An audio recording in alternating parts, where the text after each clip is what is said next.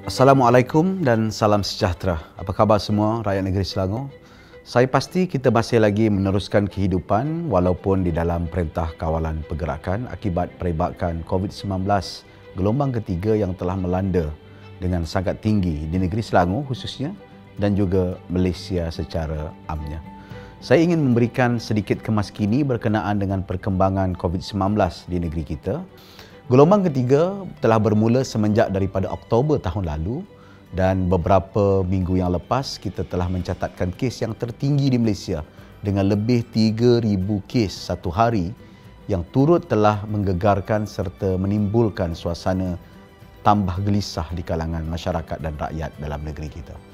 Sebagaimana yang saya telah umumkan dalam satu kenyataan media yang turut diakui oleh Pengarah Kesihatan Malaysia Tan Sri Nur Hisham bahawa angka-angka yang tinggi ini adalah disumbangkan oleh backlog ataupun lambat lapor beberapa kes-kes yang telah disaring di beberapa institusi-institusi di luar Kementerian Kesihatan Malaysia. Baru-baru ini, pihak kerajaan negeri, saya sendiri, Yang Berhormat Dr. Maria Mahmud, Esko Kesihatan Negeri dan pasukan STFC telah mengadakan kunjungan dan perbincangan bersama dengan dua kementerian. Pertama, Kementerian Teknologi dan Inovasi untuk membincangkan isu-isu vaksin dan bagaimana pembelian serta pengagihannya.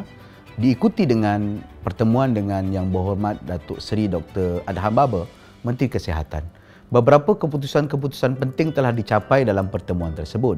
Antaranya, pertama, usaha-usaha pihak kerajaan negeri untuk pembelian vaksin dan insya-Allah kita akan dapat mempercepatkan usaha-usaha mendapatkan vaksin dan segera untuk kita melindungi rakyat dan warga kita daripada pandemik ini. InsyaAllah menjelang bulan 3 akan berlaku proses vaksin yang akan diusahakan didahului oleh usaha Kementerian Kesihatan dan selepas itu kerajaan negeri akan membantu menetapkan kawasan-kawasan dan lokaliti-lokaliti yang bersesuaian.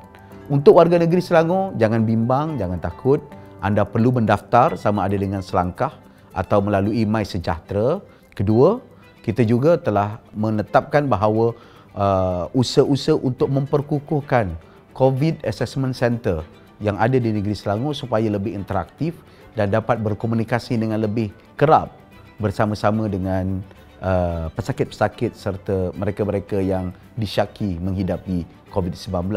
Kita akan mengerahkan lebih daripada 100 pegawai-pegawai kerajaan negeri untuk tinggal dan duduk di SCAC dan bersama-sama membantu CAC supaya lebih efisien dalam menangani pesakit-pesakit yang mengunjungi serta menghubungi mereka-mereka yang memerlukan. Ketiga, kita telah bersetuju untuk mewujudkan pusat kuarantin sementara ataupun pusat kuarantin komuniti di mana pusat-pusat kuarantin komuniti ini akan diletakkan berdekatan dengan CAC untuk menangani sebarang kes yang baru ataupun mereka yang disyaki supaya proses isolasi atau kuarantin dapat dilakukan dengan lebih baik, jitu serta juga intek. Sukacita juga saya ingin memaklumkan dalam pertemuan bersama dengan dua menteri itu, kita telah membincangkan bagaimana mengintegrasikan data-data Selangkah dan juga aplikasi Selangkah dan MySejahtera. Pada asasnya, kedua kementerian tersebut bersetuju untuk kita integrasikan kedua-dua sistem ini dan sekaligus saya percaya ia akan dapat memantapkan usaha-usaha penjejakan kontak melalui aplikasi Selangkah ataupun MySejahtera dan kita juga akan mempermudahkan rakyat di mana setiap kali anda mengimbas Selangkah, anda juga seolah-olah telah mengimbas dalam MySejahtera sebagaimana penggabungan dan integrasi data ke atas kedua-dua sistem ini. Tidak berapa lama lagi kita akan menyambut Tahun Baru Cina dan sudah pasti sambutannya akan sama sebagaimana sambutan-sambutan perayaan sebelum ini.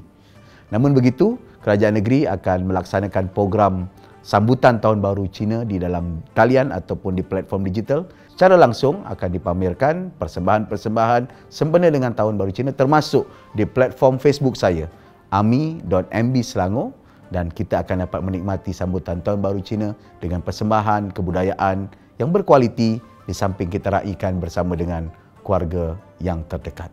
Stay safe, tinggal di rumah, pastikan kalau yang bekerja, ikut SOP dan pastikan kita berjaya untuk menangani COVID-19. Terima kasih.